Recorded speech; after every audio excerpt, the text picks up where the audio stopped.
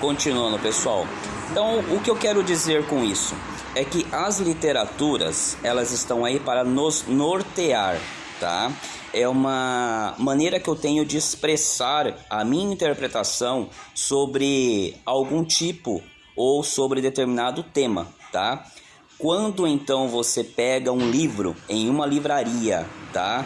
Que é escrito por um autor que se identifica como maçom, por exemplo, não necessariamente ele está colocando ali todos os princípios, conceitos e, digamos assim, orientações sobre o que é maçonaria.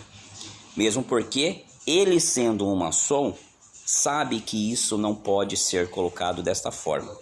O que acontece?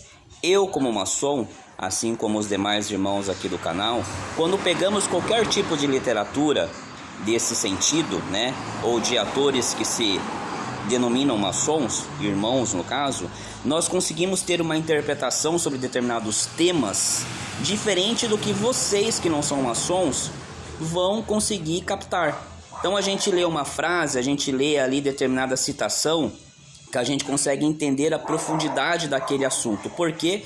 Porque a gente tem um entendimento do que ele quis dizer. E nós só vamos ter esse entendimento porque a gente viveu aquilo em loja, porque a gente deu os passos dentro do que é ser um maçom, aprendiz, companheiro e mestre, tá?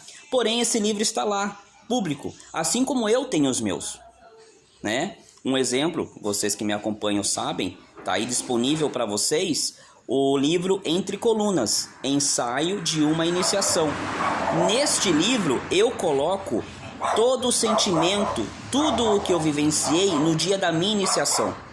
Então, se um irmão comprar esse livro, o irmão vai se identificar de uma forma muito diferente do que vocês que não são iniciados na ordem vão conseguir se identificar. Mas o livro está lá. Até para vocês que não são iniciados na ordem, o livro foi feito para servir como uma orientação, para servir como uma régua, né, para vocês terem um pouco do que é o sentimento.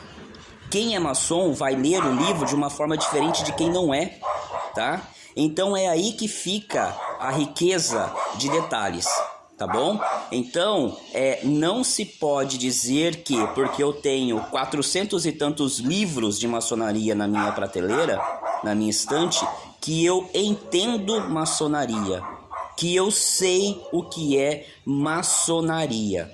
É muito importante que fique claro para vocês a diferença de contexto com relação a ter e ser.